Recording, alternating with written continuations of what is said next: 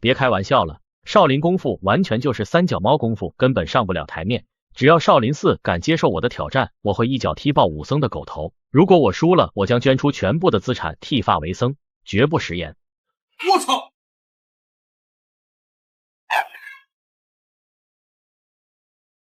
！KO！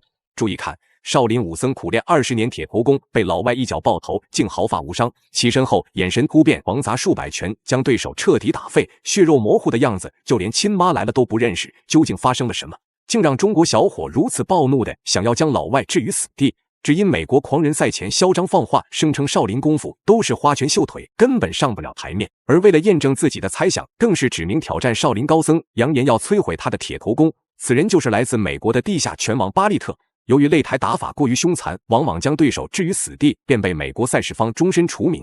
而为了维持生计，无奈的巴利特只能选择参加危险系数极高的地下赛场。没想到这一打不仅奠定他的拳王身份，还因为拳脚犀利达到了令人谈虎色变的程度。但随着中国功夫和少林武术在国际擂台上大放异彩，这让美国官方有了不小的危机感，只能花费8000万高额出场费请巴利特出山，从而彻底打压逐渐崛起的中国拳坛。所以肩负重任的巴利特也当即立下了军令状，发誓一定会圆满完成任务。而如果他输了比赛，那将捐出全部资产剃发为僧。只能说他这心眼子实在是太明显了，赢了名利双收，输了就顺水推舟的加入少林寺，从而偷学少林武功。就在少林寺不知道派谁上台时，年仅25岁的谢文斌主动请缨申请作战。别看小伙非常年轻，但他不仅与谢为同处师门，还有着异于常人的拳脚功夫。在国际擂台上东征西讨的他，也是仅用2年的时间就打出了自己的一番天地。最重要的是，谢文斌还20年如一日苦练铁头功，终于达到了金刚不坏的地步。而他由于后背满是纹身，因此也被称为是擂台上最强的花和尚。强悍的实力再加上不坏的身躯，这让谢文斌几乎是无敌般的存在。所以对他来说，暴揍一个小小的美国拳王应该不是太大的问题。话就不多说了，让我们来看一下中国选手在擂台上的精彩表现。红黑拳套是中国小伙谢文斌，蓝黑拳套则是美国拳王巴利特。我们可以明显看出来，巴利特的肌肉线条更加流畅。就从他这身高体型来看，不愧是能在地下拳场称王的人。此时面对中国小伙，他表现得非常强硬，在步伐向前压制的同时，还不断用各种拳脚组合进行试探。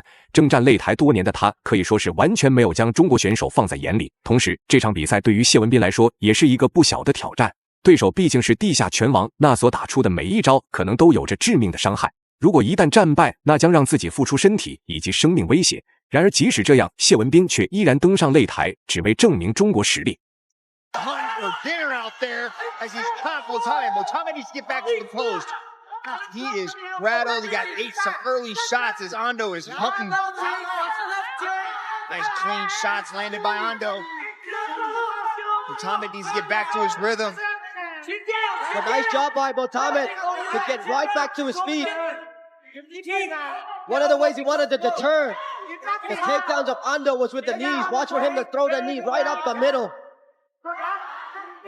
hard to throw that knee when you get. 要知道，美国赛事方当时为了请他出山，不仅拿出了高额出场费，甚至还答应帮他恢复名誉。结果3次全部都遭到了巴利特的严厉拒绝。最终在得知对手是一个来自中国的少林武僧之后，巴利特才终于决定登上擂台。只因在他心中，中国功夫和中国选手都是没有实力的三脚猫，根本就不配站在美国的格斗擂台上。然而，即使危机重重，谢文斌也完全没有丝毫退缩。他不仅要用这场比赛证明自己的实力，更要让全世界的人都看到少林武功的真正威力。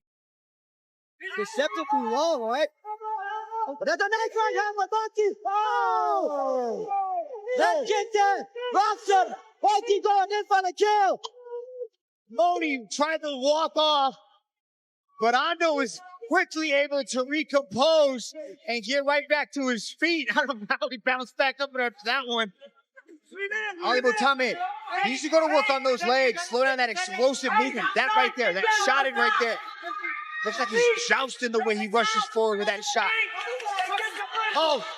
对于巴利特来说，站在眼前的不是一个人类，而是一个怪物。毕竟刚刚那爆头一脚就是冲着踢爆头颅而来的。但谢文斌没有受到丝毫影响就算了，居然还能在继续比赛的同时加强进攻攻势。看到这里，可能有些人会好奇，为什么不派武僧一龙上台？毕竟一龙也是有着金钟罩铁布衫加持的少林高僧，实在是因为一龙的睡眠质量太好，怕他还没有来得及施展独门绝技，就当场睡着了。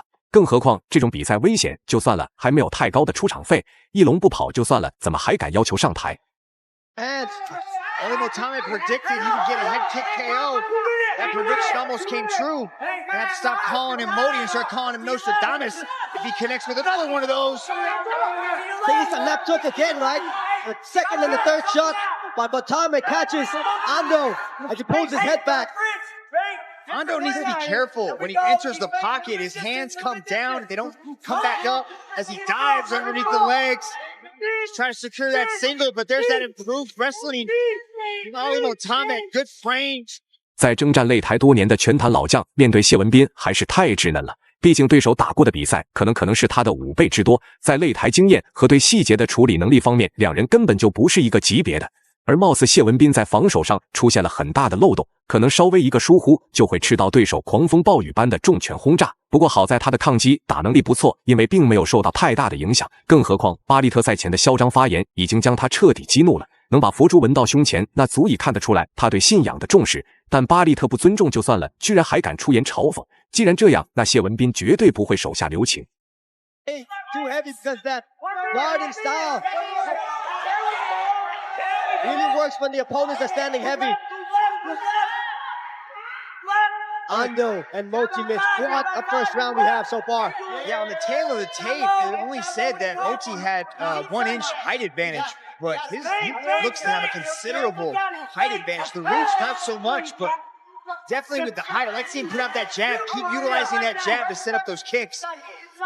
This is a huge opportunity for both these guys. Make a name for themselves, and they are doing. 巴利特全程不是在进攻，就是在进攻的路上。但无论施展什么样的动作与招式，都无法重创对手。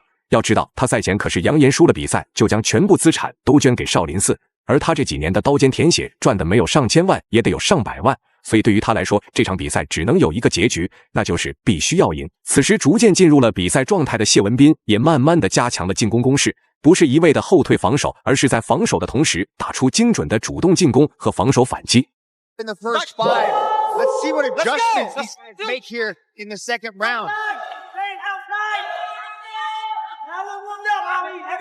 I like the feints coming early from Modi. I like that low kick, which every time he throws it, seems to wobble, take away the pace of Ando. Now Ando a little bit more heavy as well on the feet.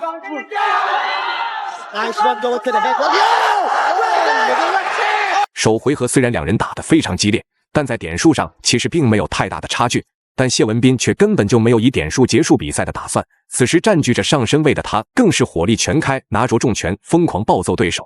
反观被压在身下的巴利特，可能连简单的防守都很难施展出来，这精彩程度就连一旁的裁判也不敢轻易上前，毕竟拳头可没有长眼，万一谢文斌生气了，连自己都打怎么办？不得不说，中国小伙这场比赛打得实在是太精彩了。谁也想不到，一个年轻的少林高僧居然会在擂台上爆发出如此大的威力。最终，谢文斌成功在第2回合 KO 对手，拿下了比赛的胜利。以上就是本期视频的全部内容。大家觉得中国小伙谢文斌本场比赛的表现如何？欢迎在评论区留言讨论。